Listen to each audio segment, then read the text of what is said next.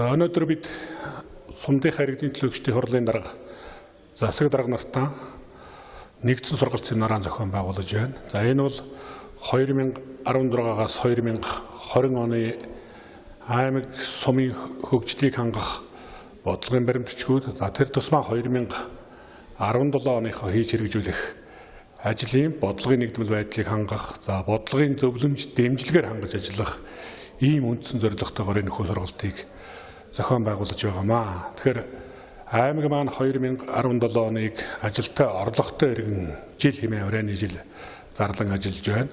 Улс орны эдийн засаг төсөв санхүү тим амаргүй байгаа энэ цаг үед нутгийн удирдлагын байгууллагууд, ажил олгогчид маань, хувийн хвшлийнхэн маань, банк санхүүгийн байгууллагууд маань, иргэд маань нэгэн зөвхөн анхаарлаа төвлөрүүлж аль болохоор хийж бүтээх хүсэл тэмүүлэлд хөтлөгдөж өөрсдийнхөө амьдрал авахыг өөд татах орлогынхоо боломжийг нэмэгдүүлэх, амьдралынхаа чанарыг дэвшлүүлэхэд энэ жилийн урайны гол чиглэл хандагдаж ажиллаж байгаа. Тийм учраас би энэ сумдын удирдлагуудад орон нутагт ажлын байр нэмэгдүүлэх, орлого бий болгох тал дээр ихээхэн зүтгэл гаргаж хамтран сайн ажиллах талаар бас тодорхой бодлогын чиглэл зөвлөмжүүдийг өгч ингэж ажиллаж байна. Төв аймгийн эдийн засгийн үндсэн салбар бол хөдөө аж ахуйн салбар. Тийм учраас хөдөө аж ахуйн салбарыг өөрийн тогтвортой хөгжүүлэх тухай асуудал байна. Хоёрдугаарт чанаржуулах тухай асуудал байна. Гуравдугаарт бид аль болохоор энэ нөөцүүдийг бүрэн дайчлан ашиглах, ингэж байж нэмэн өртөг шингэсэн боловсруулах чиглэлийн үйлдвэрлэлийн хэмжээг нэмэгдүүлэх, ингэж байж иргэд аж ахуйн байгууллагуудын орлого чадамж өсөх, ингэж байж энэ хүнд цаг үеийг богино хугацаанд аль болохоор хүндрэл багтаа даван туулж аймаг орон нутгийнхаа эдийн засгийн өсөлтийг хангах гол чиглэгдэж байгаамаа.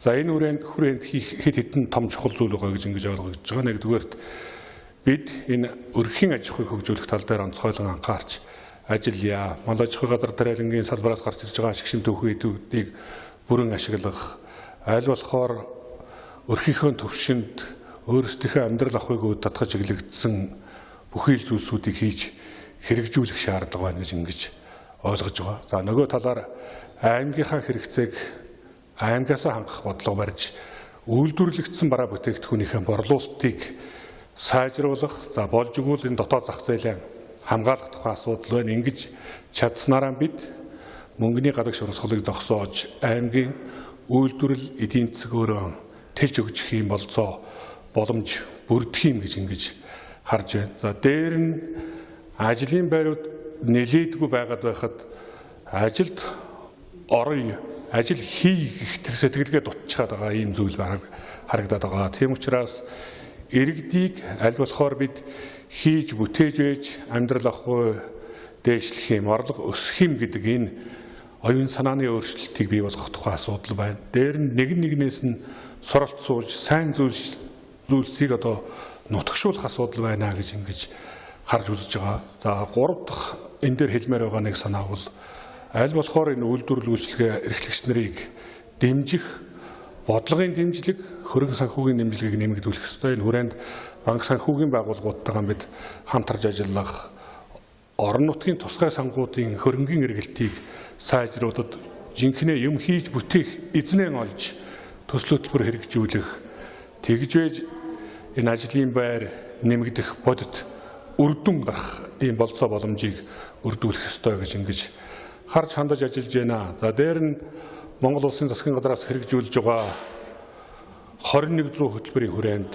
үйлдвэрлэл үйлчилгээг хөгжүүлэх, аймгийнхаа төвшин жижиг дундуу үйлдвэрлэл 27 хөтөлбөрөөр эхлүүлэх, махсууны анх дугаар аянаа эхлүүлэх, газар тариалангийн үйлдвэрлэлийн хөгжлийг хангах, атрын 3 дахь аянаа үргэлжлүүлэх гээд энэ олон хөтөлбөр аянуудыг орон нутагт зохион байгуулснаар эдийн засгийн өөрийнх нь сэргэлт бий болох мал аж ахуй газар тариалангийн үйлдвэрлэл маань тогтвортой хөгжих болцоо боломж маань бүрдэнэ гэж ингэж харж байна. Тийм учраас аль болохоор энэ мах, сүү, ноос гэдэг энэ мал аж ахуйн салбараас дундардгүй нөхөн сэргээгдэж байдаг энэ ашиг шимүүдийг орон нутгийнхаа төвшөнд аль болохоор боломжтой төвшөнд нь боловсруулж нэмэн өртөг шингээх ажлын байр бий болгох эдийн засгийн өсөлтийг хангах тал руу гол анхаарал чиглэгдэж ажиллаж байна гэдгийг зөвхөн хэлмээр байна.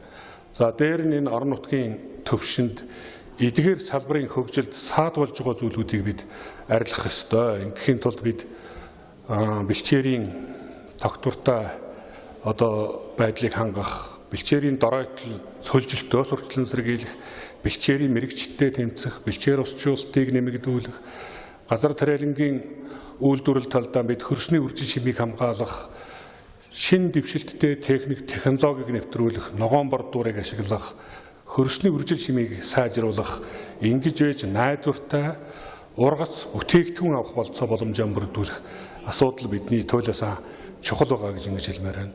За нөгөө талд нь бид энэ төв суурин газруудынхаа дэд бүтэц иргэд ая тухтай амьдрах орчин нөхцөл болцоог бүрдүүлэх асуудал руу гол анхаарал төвлөрч байна. Тийм учраас зам харгуй, орон сууц, эрчим хүчний хангалтыг сайжруулах, хөрс агаарын бохирдлыг бууруулах чиглэл дээр шин технологиуд нэвтрүүлэх, өргөтгөл хийх юм заашгүй шаардлага байгаа. Сая аймгийн засаг даргаас салбарын сайд нартайгаа байгуулсан грэнд бас тодорхой энэ чиглэлээр орон нутагт хэрэгжүүлэх бодлогын зорилтууд дэмжлэг үзүүлэх хөрөнгө санхүүгийн асуудлыг тодорхой хэмжээнд тусгуулж авч чадсан гэж ингэж хэлмээр байна.